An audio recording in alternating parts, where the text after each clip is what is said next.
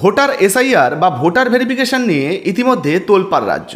আধার card দিয়ে voter verification করা যাবে কিনা বা এসআইআর করা যাবে কিনা, এই নিয়ে আগেই একটা প্রতিবেদন আপনাদেরকে দিয়েছিলাম, যেখানে জানিয়েছিলাম যে সুপ্রিম কোর্টের তরফ থেকে নতুন নির্দেশ জারি হয়েছে। এবার আপনারা আধার কার্ড দেখিয়েই ভোটার ভেরিফিকেশন করতে পারবেন। অর্থাৎ এর আগে যে বিহারের গাইডলাইন দেওয়া হয়েছিল সেখানে 11টা ডকুমেন্টের কথা বলা হয়েছিল, সুপ্রিম কোর্টের নির্দেশে আরও একটা নতুন ডকুমেন্ট যুক্ত হচ্ছে, অর্থাৎ মোট 12টা ডকুমেন্ট দিয়ে আপনারা এই ভোটার ভেরিফিকেশন করতে পারবেন, যেখানে আধার কার্ডকেও যুক্ত করা হয়েছে। তবে শুধুমাত্র কি এই আধার কার্ড দিয়ে আপনারা ভোটার ভেরিফিকেশন করতে পারবেন?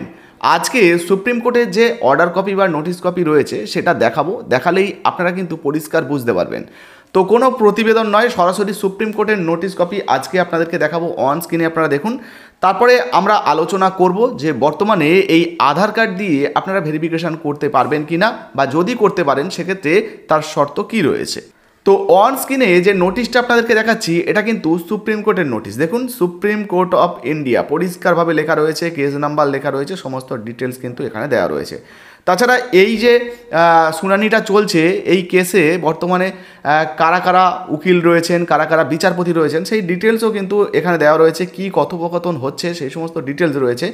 তো আমরা কিন্তু দেখব যে বর্তমানে এই আধার কার্ড নিয়ে নতুন কি আপডেট উঠে এসছে, আধার কার্ড দিয়ে আপনারা ভেরিফিকেশন করতে পারবেন কিনা।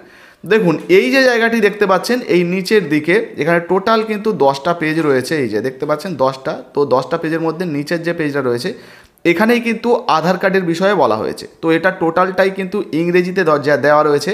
আপনারা যারা যারা ইংরেজি ভালো পড়তে পারেন বা বুঝতে পারেন তারা দেখে নেবেন। তো যাতে সাধারণ মানুষ সবাই বুঝতে পারেন সেই জন্য আমরা এই নোটিশটাকেই বাংলাতে ট্রান্সলেট করে রেখেছি, সেটাই আপনাদেরকে দেখাচ্ছি যাতে সবাই ভালোভাবে বুঝতে পারে, আমিও আপনাদেরকে ভালোভাবে বোঝাতে পারি। তো বন্ধুরা, এবার অন স্ক্রিনে বাংলা ট্রান্সলেটটা আমরা নিয়ে এসেছি। কী কী বলা হয়েছে এক এক করে দেখে নেব। দেখুন, এখানে বলা হয়েছে বাকি বিষয়গুলো। তো আমরা পক্ষগুলির পক্ষে বিজ্ঞ সিনিয়র আইনজীবী পরামর্শদাতার কথা শুনেছি। তো বুঝতে পারছেন বর্তমানে এই যে সুপ্রিম কোর্টে যে সওয়াল জবাবগুলো হয়েছিল আর কি, যে যারা উকিল ছিলেন, বিচারপতি ছিলেন, সেই সমস্ত তথ্যগুলোই এখানে দেওয়া রয়েছে। আচ্ছা, কি বলা হচ্ছে যে সহায়ক নথিপত্রের ক্ষেত্রে আধার কার্ডের গ্রহণযোগ্যতা এবং স্থিতি সম্পর্কে যে সংক্ষিপ্ত বিষয়টি আরও স্পষ্ট করা প্রয়োজন তা হলো আধার।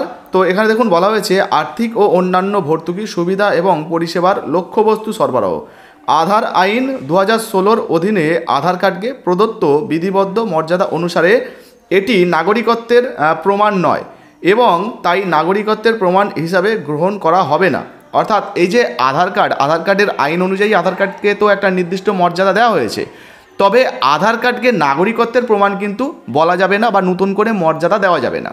আধার কার্ডকে পরিচয়ের প্রমাণপত্র হিসাবে ব্যবহার করা যাবে। আচ্ছা, কি বলা হয়েছে যে এই বিষয়ে কোনো বিতর্ক নেই, তবে 1950 সালের জনপ্রতিনিধিত্ব আইনের 23(4) ধারা বিবেচনা করে আধার কার্ড হলো একজন ব্যক্তির পরিচয় প্রতিষ্ঠার উদ্দেশ্য তালিকাভুক্ত নথিগুলির মধ্যে একটি। অর্থাৎ এই যে আধার কার্ড রয়েছে, আধার কার্ড দিয়ে কী করা যাবে না, কোনো ব্যক্তির পরিচয়ের প্রমাণ কিন্তু করা যাবে, সেটাই কিন্তু বলা হয়েছে এখানে।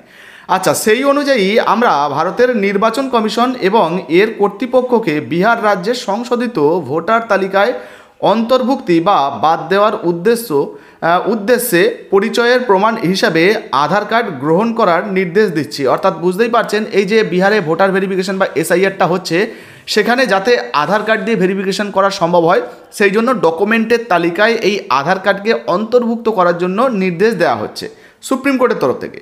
এই উদ্দেশ্যে আধার কার্ড কর্তৃপক্ষ কর্তৃক 12তম নথি হিসাবে বিবেচিত হবে। তো বুঝতে পারছেন বিহারের যে ডকুমেন্ট ভেরিফিকেশানে গাইডলাইন দেওয়া হয়েছিল সেখানে তো 11টা ডকুমেন্টের কথা বলা হয়েছিল, এবার আধার কার্ড যুক্ত হচ্ছে, মানে টোটাল 12টা ডকুমেন্ট এখানে হয়ে যাচ্ছে। অর্থাৎ 12টা নথি দিয়ে কিন্তু ভেরিফিকেশান করতে পারবেন। দেখুন বলা হয়েছে, তবে এটা স্পষ্ট করা হচ্ছে যে কর্তৃপক্ষ অন্যান্য তালিকাভুক্ত নথির মতোই আরও প্রমাণ বা নথি চেয়ে আধার কার্ডের সত্যতা যাচাই করার অধিকার থাকবে। অর্থাৎ এই যে নির্বাচন কমিশন, ধরুন আপনি মনে ভাবছেন 12টা নথি মানেই যে আধার কার্ডটা দিয়েই আপনি ভেরিফিকেশনটা কমপ্লিট করে ফেলবেন, এমনটা কিন্তু নয়। আপনি ধরুন আধার কার্ডটা দিলেন, সেক্ষেত্রে নির্বাচন কমিশন সেই আধার কার্ডটাকে যাচাই করবে এবং যদি মনে করে যে এটা আধার কার্ডটা জালি বা ভুয়ো বা কোনো ভুল তথ্য দিয়ে তৈরি করা রয়েছে, যদি কোনোভাবে ধরা পড়ে যায় সেক্ষেত্রে কিন্তু আপনার আধার কার্ডটা ক্যান্সেল হয়ে যেতে পারে বা আপনার যে ভোটার লিস্ট থেকে নামটা বাতিল হয়ে যেতে পারে। তবে হ্যাঁ, এক্ষেত্রে আপনাদেরকে জানাবো, আপনারা আধার কার্ড দেবেন, সঙ্গে যদি সম্ভব হয় বাকি যে 11টা ডকুমেন্টের কথা লিস্টে দেওয়া হয়েছিল, ওই 11টা ডকুমেন্টের মধ্যে অন্য যে কোনো ডকুমেন্ট যদি থাকে সেটা কিন্তু অবশ্যই দেওয়ার চেষ্টা করবেন। যদিও এটা পশ্চিমবঙ্গের জন্য নয়, এটা বিহারের জন্য, তবে যেহেতু সুপ্রিম কোর্টের তরফ থেকে নির্দেশ দেওয়া হচ্ছে এবং নির্বাচন কমিশন চালু করছে, ফলে হয়তো পশ্চিমবঙ্গে যখন নতুন কোনো আপডেট আসবে বা গাইডলাইন দেওয়া হবে, সেখানে আধার কার্ডকেও যুক্ত করা হতে পারে, আশা রয়েছে। তবে সম্পূর্ণ গ্যারেন্টি দিয়ে কিন্তু কিছু বলা যাবে না। যাই হোক, এবার কি বলা হচ্ছে যে নির্বাচন কমিশন আগামীকাল অর্থাৎ পরের দিনে আবারও এই তারিখে বিষয়টি নির্দেশিকা জারি করবে, এই নিয়ে কিন্তু বলা হয়েছে। তো মোদ্দা কথা, বিষয়বস্তুটা আপনারা বুঝতে পারলেন যে আধার কার্ড আপনারা মোটামুটি দিতে পারবেন, অর্থাৎ আপনাদের কথা বলছি না, বিহারে যে ভেরিফিকেশান হচ্ছে আর কি, বিহারে যে ভেরিফিকেশানে আধার কার্ড দেওয়া যাবে, তবে নির্বাচন কমিশন ওই আধার কার্ডটাকে ভেরিফিকেশান করার বা সত্যতা যাচাই করার ক্ষমতা রাখবে। এর অর্থ কী হলো? এর অর্থ হলো নির্বাচন কমিশন যদি মনে করে যে এই আধারটা জালি সার্টিফিকেট দিয়ে তৈরি বা ভুল সার্টিফিকেট দিয়ে তৈরি, সেক্ষেত্রে সেটাকে বাতিল করে দিতে পারে। আর সেই জন্যই যদি পশ্চিমবঙ্গে এই নিয়মটা চালু হয়, এখনও চালু তো হয়নি, যদি পশ্চিমবঙ্গে চালু হয়, সেক্ষেত্রে আপনাদেরকে বলবো 11টা নথির মধ্যে অন্য যে নথিগুলো রয়েছে অবশ্যই আধার কার্ডের সঙ্গে সাপোর্টিং হিসাবে আপনারা ওই নথিগুলো দেবেন। তাতে করে আপনার কিন্তু ভেরিফিকেশনটা মসৃণভাবে হবে, কোনো সমস্যা কিন্তু আশা করি হবে না।